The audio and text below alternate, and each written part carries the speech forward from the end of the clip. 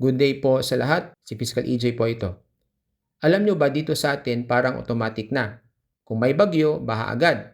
Pero ang mas masakit, kung may project, may anomalya rin agad. At kapag may anomalya, sino ang talo?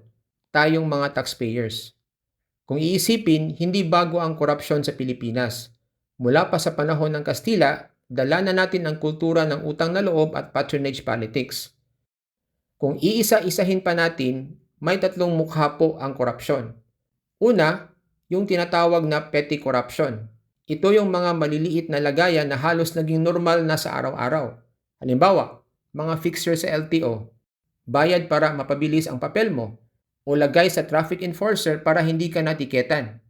Mukhang maliit lang, pero dahil paulit-ulit at laganap, parang lumalabas na tanggap na ng lipunan. Pangalawa, meron tayong tinatawag din na grand corruption. Dito na pumapasok ang mga big time scams, mga bilyon-bilyong piso na nawawala sa kaban ng bayan dahil sa mga proyekto o transaksyon na puno ng anomalya. Halimbawa, pork barrel scam, Farmally deal noong pandemic, mga kasong gumulat sa buong bansa kasi ang laki ng perang sangkot.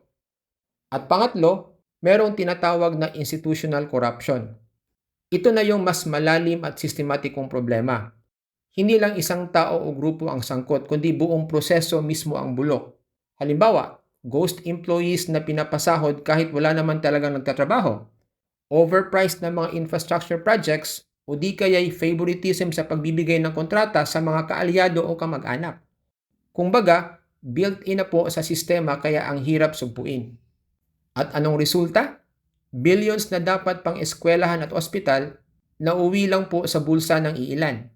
Nawawala ang tiwala ng tao sa gobyerno, bumababa ang investments, at lalo lang lumalala ang kultura ng katiwalian. Noong huling SONA, nagulat ang marami ng mismo si President Marcos Jr. ang nagsabing grabe ang anomalya sa flood control projects. Ang instruction niya, malalim na audit at walang paligoy-ligoy laban sa katiwalian. At heto ang nakakashock na findings. Mula noong July 2022, 545 billion pesos na ang inilaan para sa flood control. Ang 109 billion pesos o 20% nito napunta lang sa 15 contractors. May 6,000 projects worth 350 billion pesos in total na hindi man lang malinaw kung pump ba, dike o drainage.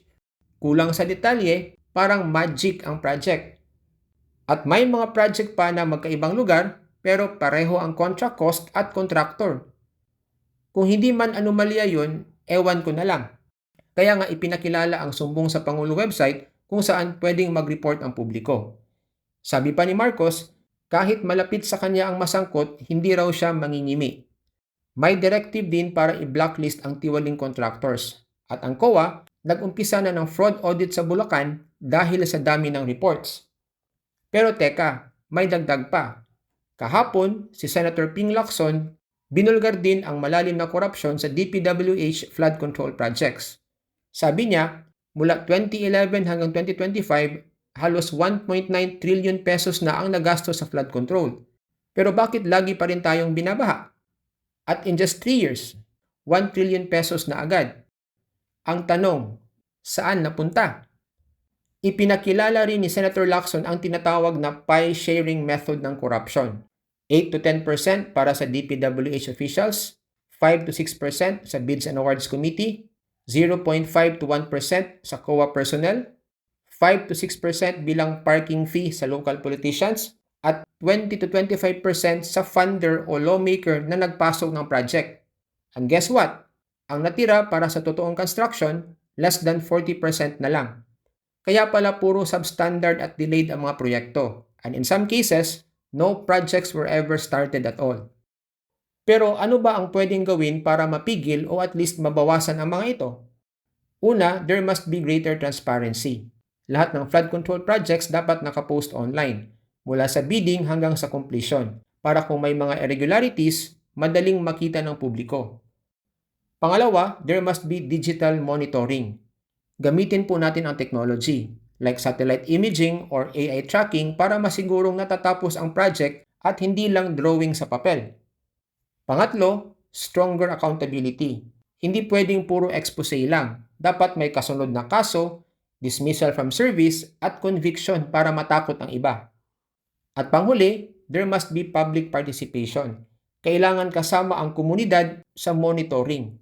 Kung may project sa barangay nila, dapat may access sila sa buong data para sila mismo ang magbabantay kung natatapos ba ito ng maayos. Kung tutuusin, simple lang naman dapat ang equation. Pera ng bayan equals proyekto ng bayan. Pero sa ngayon, ang pera ng bayan equals proyekto para sa bulsa. Panahon na po para tigilan na natin ang pagiging spectator lamang. Kung sawa ka na sa baha ng katiwalian, baka panahon na para tayo naman ang bumaha ng solusyon. So yan lang po ang nais kong ibahagi today and see you in my next video. Maraming salamat po.